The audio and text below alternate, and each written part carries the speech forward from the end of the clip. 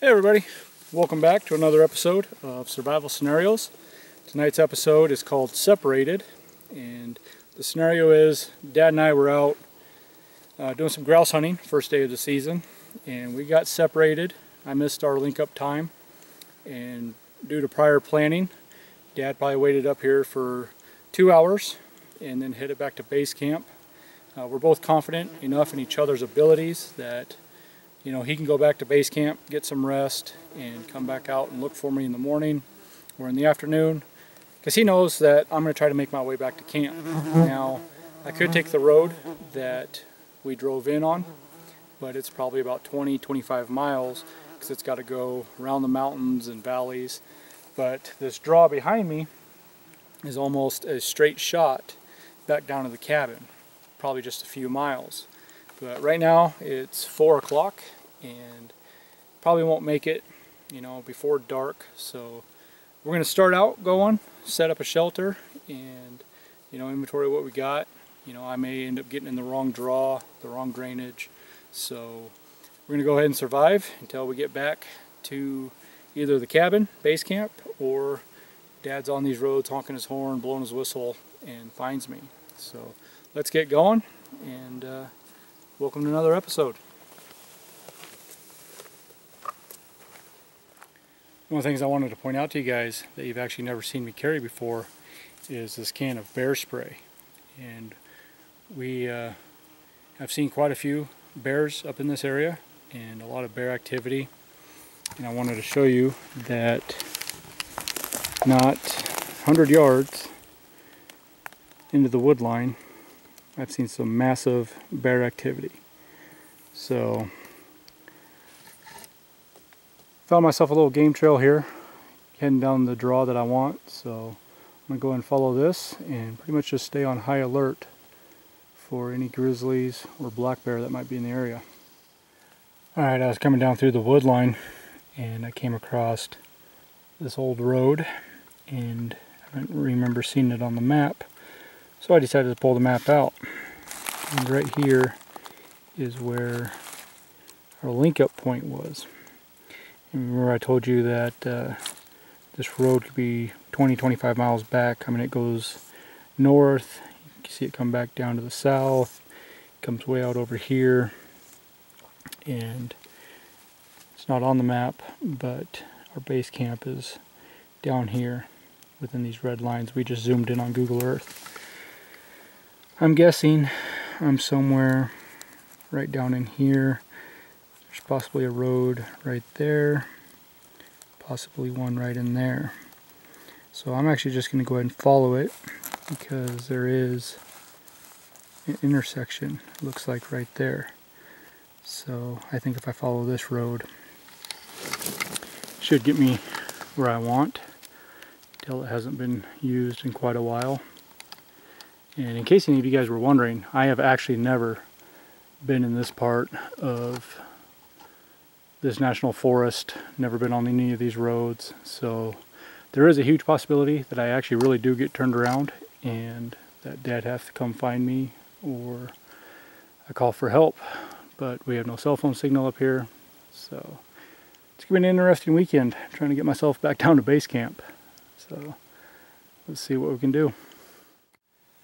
Well, that other road that I was following just came to a sudden stop, and so I've been breaking brush through the cedar stand behind me, and I've actually come across another old logging road. So, but I did notice I'm starting to sweat, overheat a little bit, so I'm going to stop, drink some water from the Camelback, let myself cool down, check the map and compass, and start trying to head in the right direction again.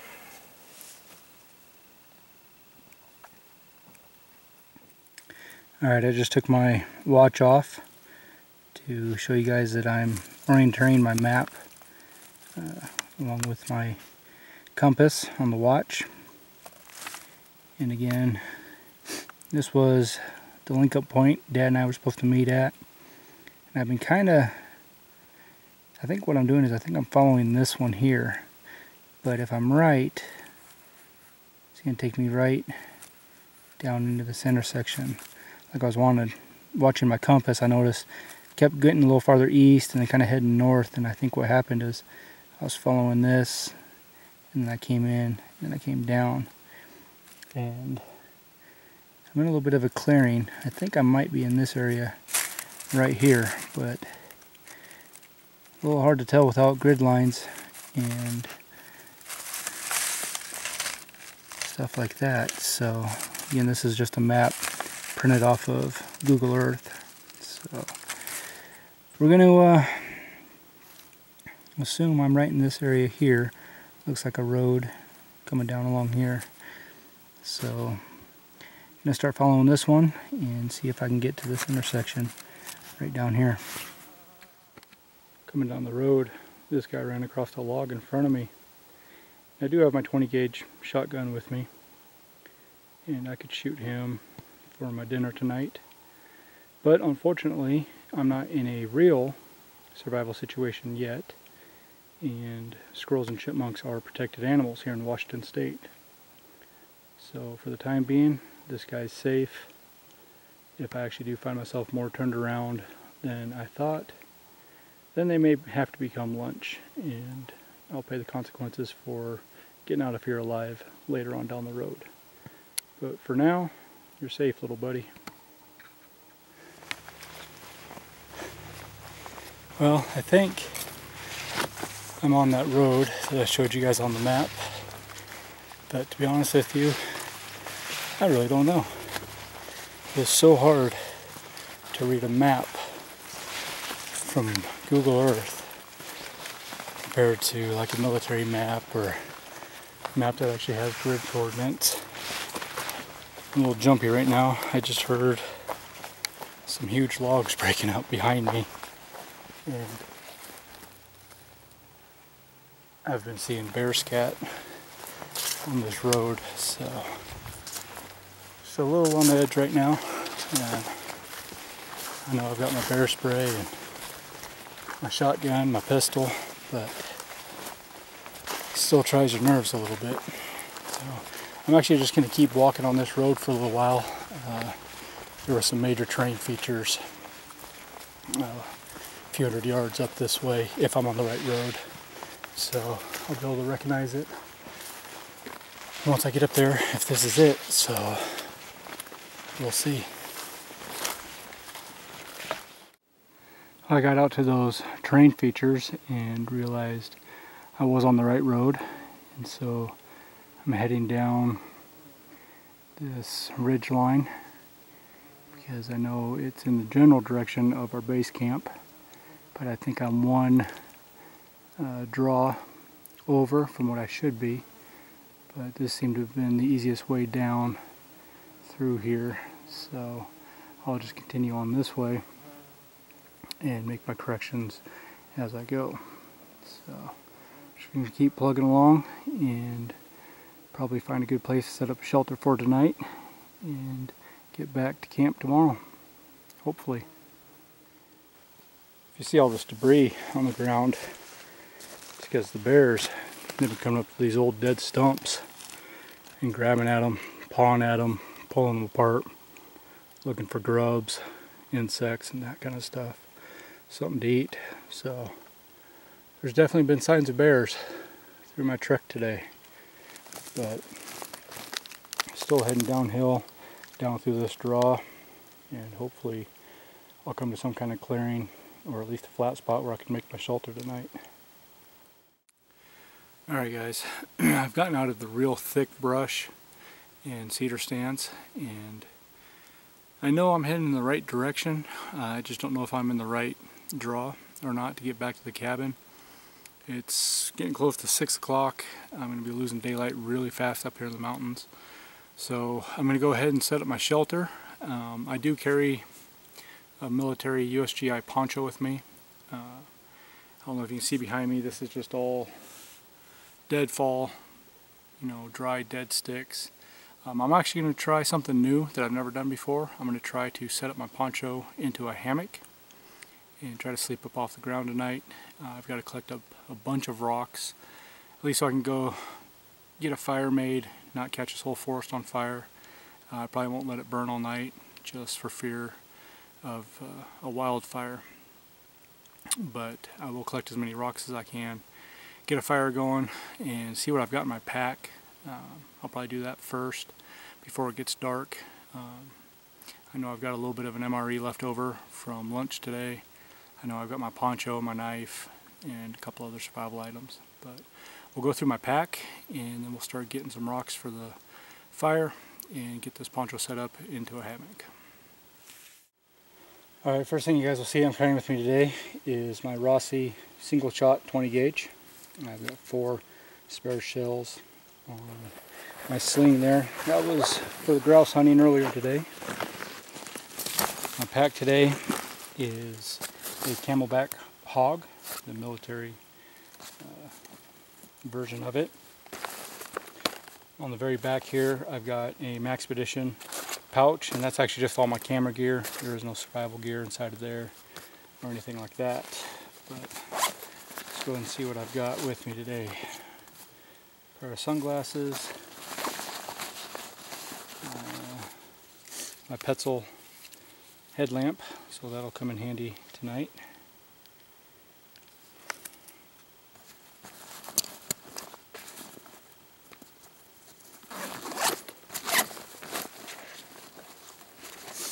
Knife I've got with me today is this SOG Northwest Ranger.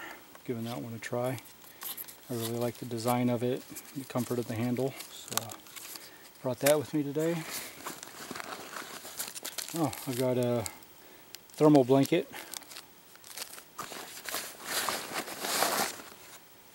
pair of mechanics gloves,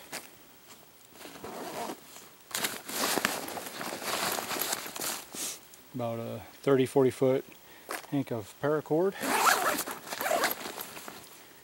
Got my thermal shirt on I had this morning, a little chilly. Got a rain jacket. Never know when the weather's going to turn bad on you. And I've got my trusty wet weather bag. Here's the remnants of my MRE. I've got strawberry dairy shake powder, crackers, and the accessory packet. That's it. So maybe if there's a little bit of daylight left, I can try to find a road or walk around here, maybe find some grouse, something I can make for dinner, because that's not going to be much. This is actually my survival kit. It's a handkerchief with stainless steel mug and the lid off of a Stanley cook set. But I've just got some bright orange utility cord, candle, signal mirror, a couple band-aids, knife sharpener. My fire making kit, it's got a couple candles, some jute twine, some dryer lint. Got my emergency fishing kit. I haven't even seen any water today, so that doesn't do any good. And a big chunk of aluminum foil, and just my orange survival bandana.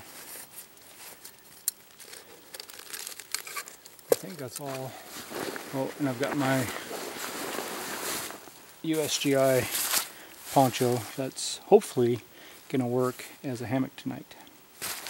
So, and of course for water I've got the Camelback bladder inside my backpack. So that's everything I'm carrying with me today. Of course you guys saw the bear spray earlier on my strap. For compass and navigation I've got this Suunto watch. It's got a built-in compass, altimeter. That's what I've been using for my compass. On my body I've got this Leatherman Wingman. I've got my M&P 9mm with the Surefire light,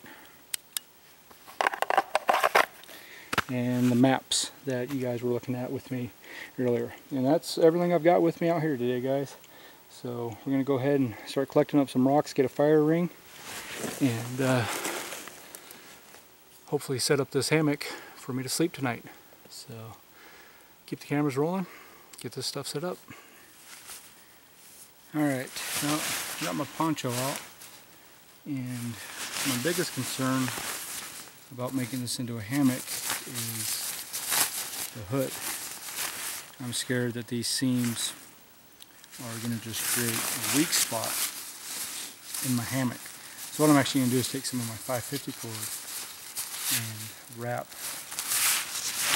the hood, and hopefully that'll close it off to the point where my weight won't tear those seams or break through.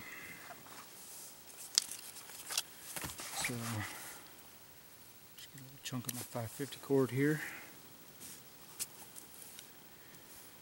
and what I'm going to do is I'm going to tie a loop in one end, that way I can cinch it down, go back the other way on itself, and tie it. So here's the seam to the hood.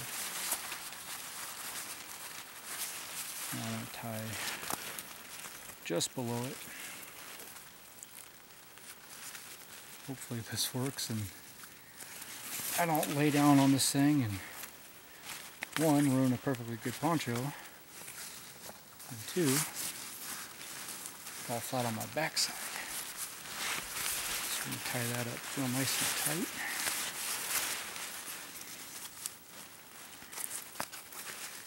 I'll just half hitch it a couple times.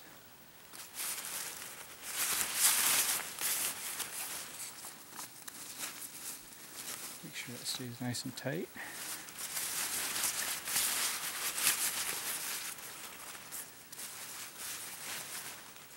And hopefully that won't rip out those seams and make me fall down. So I'm going to go ahead and tie up the ends, and I've got 2 trees here tied up, and give this thing a try.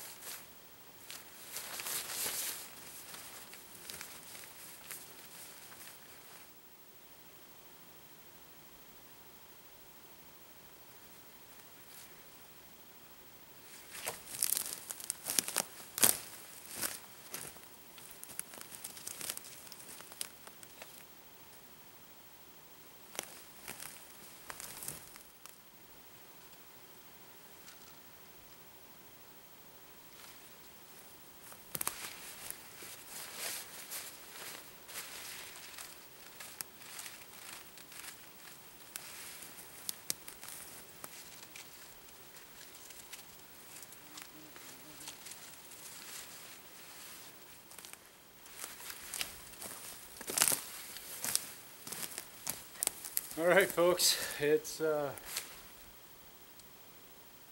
truth time. See if my USGI poncho will work as a hammock. And I really don't know. I've never done this.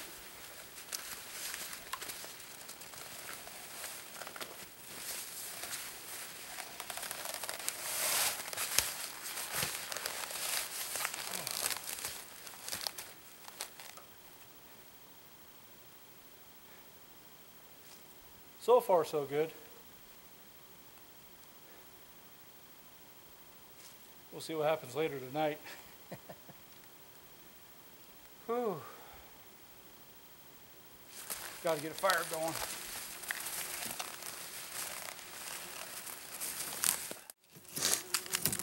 Well, one of the things I was counting on with my MRE was the accessory packet.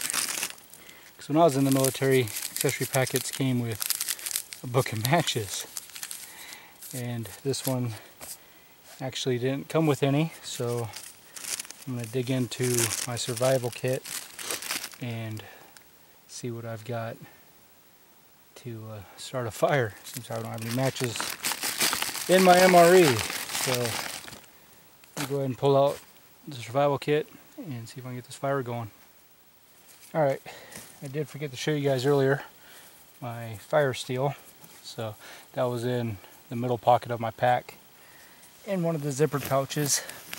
I've just got a tender bundle of cedar bark and some pine needles and that kind of stuff. So see if we can get this thing going.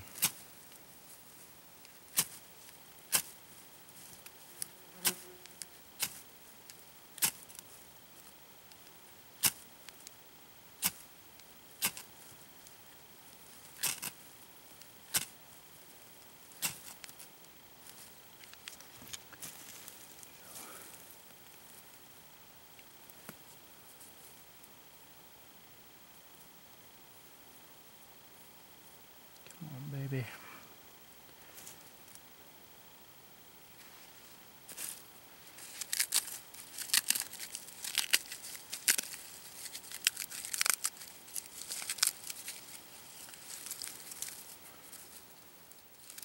Now, it's not really cold out tonight yet, but I don't really want this to burn all night just because everything around me is so dry.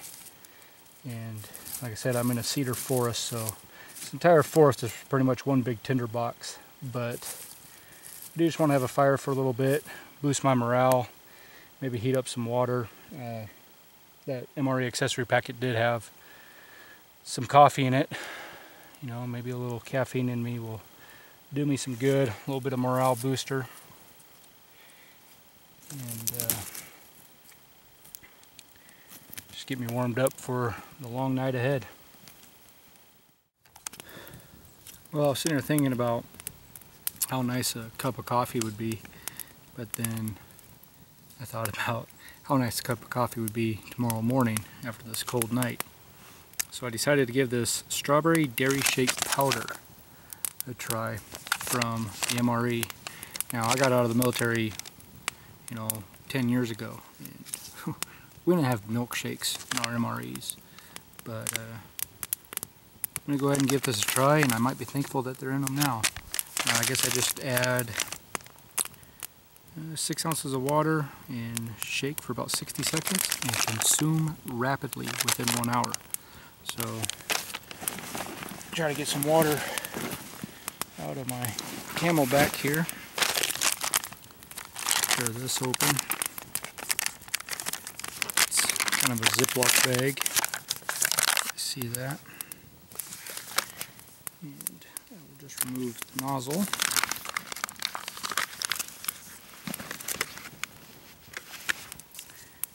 I'm not getting any water.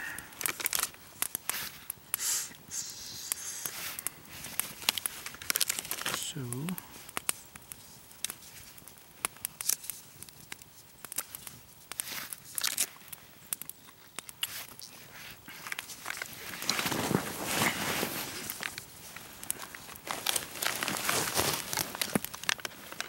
there we go. Sorry, I got to lean on my Camelback here to get some water out.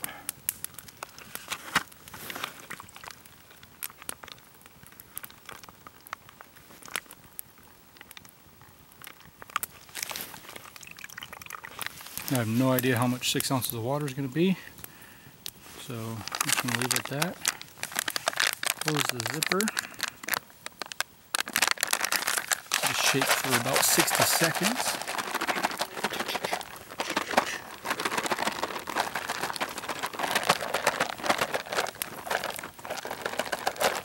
Alright, I think that's about a minute.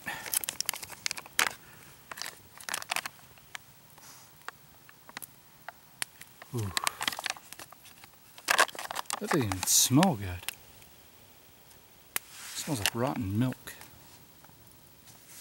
Yeah. Let's see. 9 grams of fat. 44 grams of total carbohydrates. 12 grams of protein. So, bon appetit.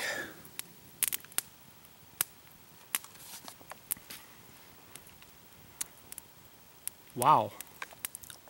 Smells horrible, but that tastes amazing. Oh. Hopefully a little bit of that protein and fat is gonna give me a little bit of my energy back, a little bit of my dietary supplement. But that is actually surprisingly very good. I probably should have added a little more water. It's a little thick, but actually tastes pretty good. Well, I got the fire going pretty good.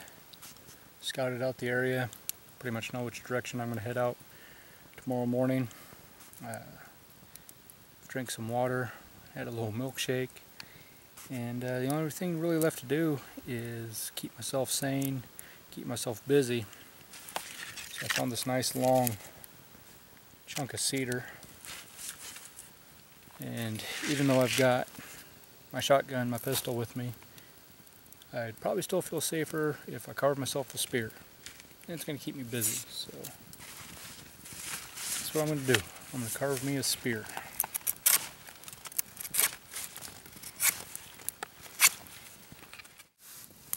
It is 3 a.m. right now, and I was rudely awakened by my poncho hammock ripping through. So fire was out, so I decided to stoke it up and warm up a little. It's gotten pretty cold tonight, so I try to heat up a little and go back to sleep until light. Have a cup of coffee and then start heading out looking for base camp again. I'll see you guys in a few hours. Well, I came back up onto this road that I was on last night. And I think I'm just going to follow it down. Like I said, I think I was in the wrong draw trying to get back to base camp. So I'm just going to get on this road, follow it down. I've got to imagine it's going to take me to a main road. Hopefully from there I'll recognize where I'm at. Make it back to base camp. It's about 6:30 in the morning, so I doubt Dad or anybody at the camp's going to be up out on the four-wheelers looking for me yet, so maybe I can make it back down to them before they get up. After following that road for a little while, I realized that I was actually on the wrong road, so decided to start cutting through the woods again. I've come across this old dried up stream bed, and I know there's a stream that runs behind our base camp, but when I left yesterday there was water in it, so don't know if this is the right stream bed. Probably not, but I figure I'm just going to go ahead and follow this for a while and keep heading down. Well, ladies and gentlemen, I came up out of that dried up stream bed, and I was in fact one draw off from where I thought I was, but it brought me out into the upper corner of the property. So I've just got about a mile walk down to the cabin, but I know where I'm at. So I just want to tell you guys, you know, if you ever find yourself separated from the group, lost, turned around, just make sure you keep your cool. You know, try to remember the things that you've been taught, implement the things that you know, and you'll get yourself out of that situation. So I want to thank you guys for watching Survival Scenarios Separated. Hope you guys enjoyed this episode. I'll see you next time. Go out and live.